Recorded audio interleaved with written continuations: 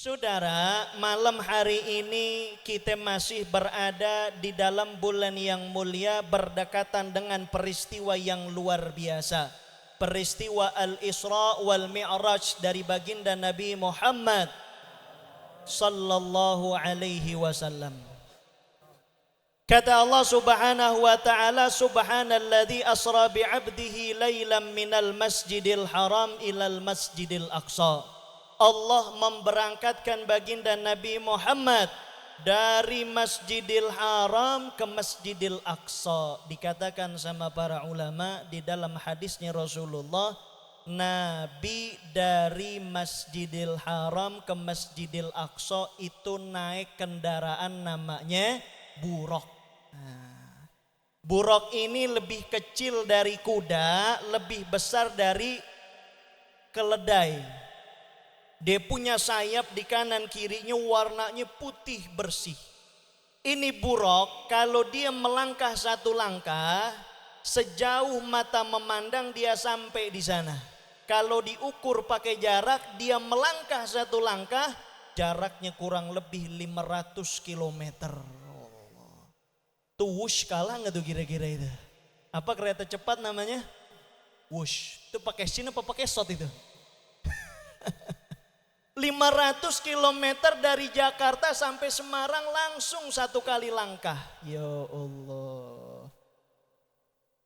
Tapi kata para ulama, dari Masjidil Aqsa menuju ke langit pertama, kedua sampai dengan ketujuh, itu Rasulullah nggak lagi naik buraq. Apa kata Abu Yasain Muhammad bin Alwi al-Maliki? Kata beliau, Rasulullah Allah sediakan sulamur rabbani alladzi alaihi al-uruju bihi ila sama. Allah turunkan tangga khusus sebagai mi'rajnya Rasulullah naik ke langit pertama, kedua sampai dengan ketujuh. Bagaimana Ustadz bentuk tangganya? Allahu a'lam. Ini peristiwa luar biasa. 1 jam, 2 jam, 3 jam gak cukup, bahkan 4, 5, 6 hari gak cukup buat menceritakan luar biasanya peristiwa Isra Mi'raj. Ahli tasawuf mengambil nilai-nilai tasawuf di dalamnya, ahli fikih mengambil nilai-nilai fikih, ahli sejarah, ahli sirah mengambil nilai-nilai sejarah. Sangat banyak durus wa ibar fil Isra wal Mi'raj. Banyak banget pelajaran, banyak banget hikmah-hikmah yang ada di dalam perjalanan Isra wal Mi'raj. Tapi malam hari ini kita singkat aja. Ketika Rasulullah naik ke langit pertama, melihat sesosok yang berada di ujung, ditanya, ya Jibril man hadza, siapa ini Jibril? Huwa Abul Bashar, dia adalah bapaknya umat manusia, yaitu Nabi Adam alaihis salam. Datang ketika sebelum sampai kepada Nabi Adam, Rasulullah melihat dari kejauhan nih Nabi Adam kalau nengok ke kanan senyum, girang, bahagia mukanya. Lempengan ngelihat ke kiri sedih, murung, kecewa. Ditanya, ya Nabi Allah Adam, apa yang engkau lihat sebelah kanan sehingga engkau gembira? Dijawab sama Nabi Adam, ketika aku melihat ke sisi kananku, Allah tampakkan anak cucuku yang sedang beribadah. Mudah-mudahan kita yang sedang dipandang pada saat malam hari ini. Amin. Aku girang, aku bahagia, mereka semua beriman, taat, beribadah kepada Allah. Tapi ketika aku melihat ke sebelah kiri, aku melihat anak cucuku bermaksiat, berdosa, melanggar aturan-aturan Allah, aku sedih bukan main. Begitulah saudara, gambaran orang tua kita yang sudah berada di alam kubur. Allah tampakkan amal kebaikan kita, Allah tampakkan amal keburukan kita. Maka bagi kita yang betul pengen membahagiakan orang tua kita, istiqomahlah di dalam beribadah, insya Allah. Jalan sedikit Rasulullah Allah tampakkan di kanannya Rasulullah ada satu nampan berisi hidangan yang sudah siap saji.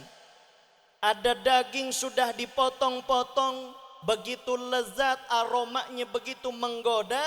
Di sebelah kirinya Rasulullah sebaliknya ada nampan isinya daging yang udah busuk, baunya menusuk, bangke yang ada di sebelah kirinya Rasulullah.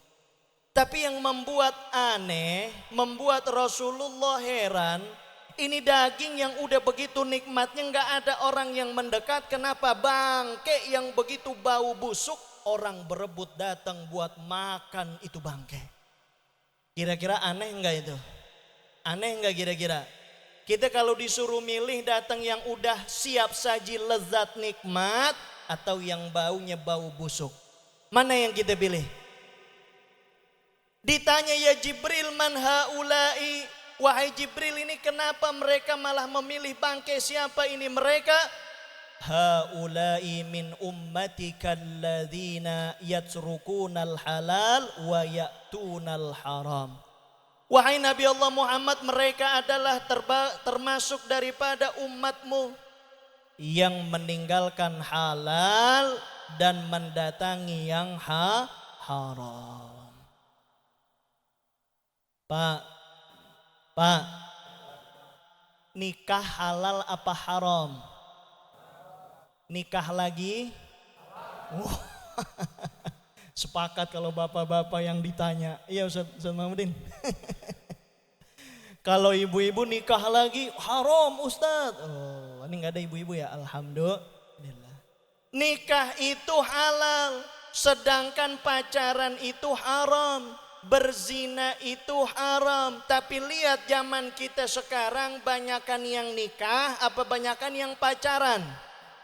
Tuh, ini anak zaman sekarang emang kebangetan pinter. Dia kasih judul pacaran syar'i gitu dia. Tuh ngapain kalau ketemu store-store hafalan ya? Baca gosidah sambil pegangan tangan. Na'udzubillah min Allah. Hati-hati. Sebab buaya juga sekarang modelnya ada yang syar'i buaya. Mana modelnya itu yang bagaimana? Assalamualaikum ukhti. Ya. Dijawab waalaikumsalam akhi. Udah tahajud belum? Ya. Ini model-model begini ini adalah model orang yang Allah udah kasih jalan yang halal, tapi dia malah memilih yang haram. Berapa banyak orang yang udah nikah tapi masih demen datengin perempuan-perempuan selain daripada istrinya. Maka orang yang begini ibarat Allah kasih daging yang begitu lezatnya, tapi dia malah memilih bangkai. Na'udzubillah min dzalik. Maka hadirin, kita yang sudah biasa duduk di majelis, kita yang sudah biasa hadir di dalam kajian-kajian harus menggunakan ilmu kita supaya kita bisa selamat dari godaan dan ujian Allah Subhanahu wa ta'ala. Sebab kata para ulama, la yanju fihi illa man ahyallahu qalbahu bil ilmi.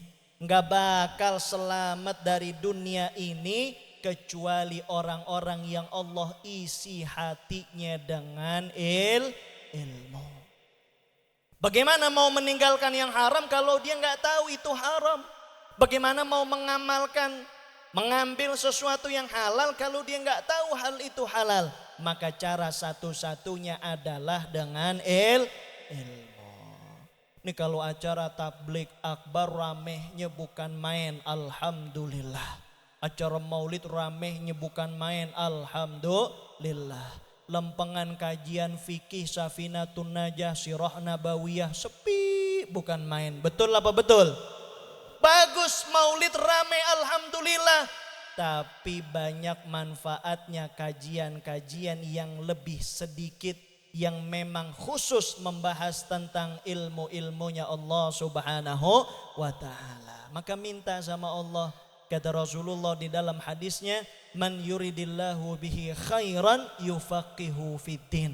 Orang kalau Allah udah pengen kebaikan di dalam dirinya, pasti bakal dihantarkan kepada ilmu-ilmu agama. Sebaliknya awas, kata Sayyidil Habib Zain bin Ibrahim bin Sumaid, orang kalau sampai dia ogah diajak ngaji, sibuk mulu jawabnya, nggak ada waktu, lempengan mancing ada. Diajak ngaji, nggak ada waktu, lempengan ngopi ada. Ini model orang yang begini, hati-hati kata Habib Zain. Ada mafhum mukhalafah dari hadis ini. Kalau orang didekatkan dengan ilmu agama, Allah pengen kebaikan.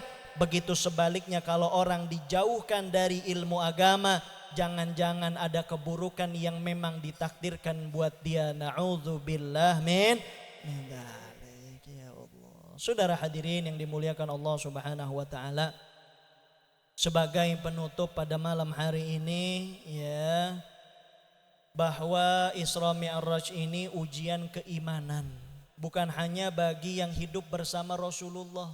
Rasulullah selesai datang sebelum subuh, kemudian Rasulullah bingung bagaimana cara menyampaikan kepada umatnya. Datang itu laknatullah Abu Jahal. Wahai Muhammad, ada apa? Kenapa engkau kelihatan murung banget? Ya Aba Jahal, saya bingung ini. Baru aja saya dalam perjalanan malam dari Masjidil Haram ke Masjidil Aqsa, balik lagi udah sampai di Mekah. Kata Abu Jahal, dalam satu malam. Iya, kata Abu Jahal, kalau memang begitu ceritanya, boleh nggak saya panggilin ini orang-orang Mekah. Akhirnya dibuka HP, buka WhatsApp grup, panggilin deh. Orang-orang Mekah ngumpul nih begini, sama persis kayak kita, tapi bedanya mereka meragukan Isra Mi'rajnya Rasulullah. Kita justru di sini sangat meyakini Isra Mi'rajnya Rasulullah. Ali, sahabat Rasulullah, khalifah yang keempat, namanya Ali, punya bapak namanya Abu Thalib. Sayyidina Utsman bapaknya Affan. Sayyidina Umar bapaknya Al-Khattab. Sayyidina Abu Bakar siapa bapaknya? As-Siddiq, Ustadz. Wah, enggak boleh nih jamaah Darul Azkar jawabnya As-Siddiq. As-Siddiq itu gelar yang diberikan Rasulullah kepada Sayyidina Abu Bakar. Wahai Abu Bakar, itu sahabatmu Muhammad mengatakan dia dari Palestina, dari negeri Syam sampai lagi ke Mekah hanya dalam hitungan satu malam. Bahkan ketika dia mengatakan dalam kedipan mata sudah sampai di Mekah, aku akan percaya apapun yang dikatakan oleh Muhammad. Shallu ala Muhammad.